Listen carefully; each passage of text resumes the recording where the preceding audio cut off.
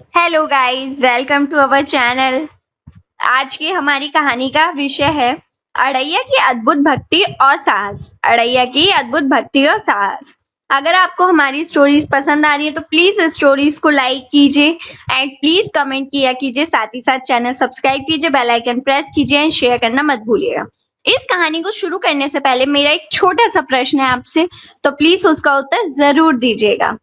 अगर आप अकेले हो, आपके माता पिता भी नहीं है और आपको भगवान तक पहुंचने के लिए कठिन नियम मानने पड़े, तो क्या आप साहस और भक्ति के दम पर अपने लक्ष्य को पा सकते हैं? इसका उत्तर हमें कमेंट में जरूर दीजिएगा। आज की कहानी हम शुरू करते हैं। क्या आप जानते हैं कि अकेला लड़का जो 2.5 किलो बाटी अकेले खा लेता है, गंगा के किनारे अपने आश्रम में भगवान को कैसे खुश करता है? और क्या आप सोच सकते हैं कि एकादशी के दिन भी वह अपने तरीके से भगवान को भोग कैसे लगाता है, बिना नियम तोड़े? अगर आप अकेले हो, आपके माता पिता ना हो, तो क्या आप साहस और भक्ति के दम पर भगवान तक पहुंच सकते हैं? आज हम अड़ैया की कहानी सुनेंगे, जो दिखाता है कि निष्ठा और हिम्मत से सब कुछ संभव है।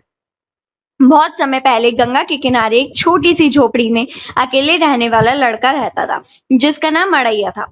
क्योंकि वह इस उम्र में अकेले 2.5 किलो की बाटी, दाल, भाजी, चावल और मिठाई आराम से खा लेता था, और लोग उसकी खाने की आदतों के कारण उसे अड़ैया कहने लगे थे।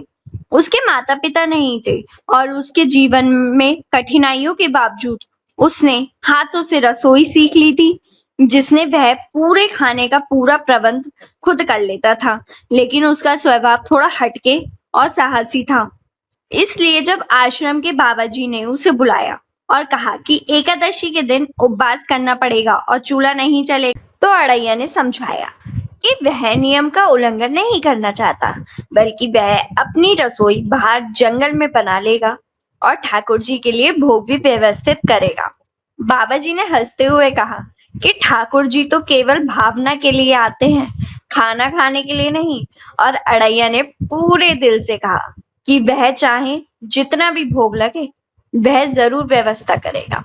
अगले दिन अड़ैया ने 5 किलो आटा, भाजी और मिठाई लेकर जंगल में अपनी रसोई तैयार की और थाली के सामने हाथ जोड़कर भगवान के लिए भोजन परोसा। तभी वहां गुरु के ठाकुर और उनके ठाकुर प्रकट हुए। अड़ैया के छोटे और बड़े भाई लक्ष्मण और हनुमान भी आए। सभी ने उसकी सेवा की। अड़ैया ने पहले अपना भोजन रखा और फिर ठाकुर जी को बुलाया। भगवान ने उसकी निष्ठा देखकर उसे आशीर्वाद दिया, कहा कि तू महान है, तेरी भावना और साहस ने मुझे रास आया। और अड़ैया ने समझा कि नियम केवल कर्म के लिए है, और सच्ची भक्ति में ना तो झूठ होता है ना लालच। उसने अपनी रसोई में भाइयों और भक्तों के साथ साझा किया, भंडारा लगाया और सभी ने आनंद से भोजन किया। लेकिन अड़ैया ने यह भी सीखा कि कभी-कभी नियम और परंपरा में संतुलन जरूरी है। अगले महीने फिर एकादशी आई। अड़ैया ने तय किया कि इस बार वह और भी बड़ा भोग और रसोई बनाएगा। बाबा जी ने देखा कि लड़के ने नियम और अपनी इच्छा के बीच सामंजस्य बना लिया है। अड़ैया ने अपने साहस, प्रेम और सेवा भाव से न केवल ठाकुर जी को प्रसन्न किया, बल्कि अपने जीवन में पहली बार आत्मिक संतोष पाया। उसने जाना कि भले ही माता पिता नहीं है, पर उसकी ईमानदारी, मेहनत और सच्ची भक्ति ने उसे सबका आदर और आशीर्वाद दिलाया। धीरे धीरे वह गंगा के किनारे अपने आश्रम और जंगल की रसोई के बीच संतुलन बनाए रखते हुए सभी भक्तों की सेवा करने लगा। उसके साहस, निष्ठा और अड़ैया नाम की वजह से उसकी कहानी गंगा के किनारे और आसपास के गांवों में फैल गई। लोग उसकी भक्ति, हिम्मत, नियम पालन की तारीफ करने लगे, और यही कहानी यह सिखाती है कि सच्ची भक्ति, ईमानदारी और साहस के साथ, चाहे परिस्थितियां कैसी भी हों, मनुष्य अपने मार्ग को स्वयं बनाता है। अपने कर्म और सेवा से भगवान तक पहुंच सकता है और अपने आसपास की दुनिया में खुशियां बांट सकता है। अड़ैया न केवल खुद के लिए, बल्कि सभी के लिए प्रेरणा बन गया। उसकी झोपड़ी और जंगल की रसोई दोनों ही भक्तों के लिए एक पावन स्थान बन गई, जहाँ प्रेम, भक्ति और साहस की मिसाल दी जाती थी। और अड़ैया ने यह महसूस किया कि जब दिल से कोई काम किया जाए, भगवान स्वयं सामने आ जाते हैं। और भले ही नियम कठिन हो, सही भावना और मेहनत से हर चुनौती आसान हो जाती है।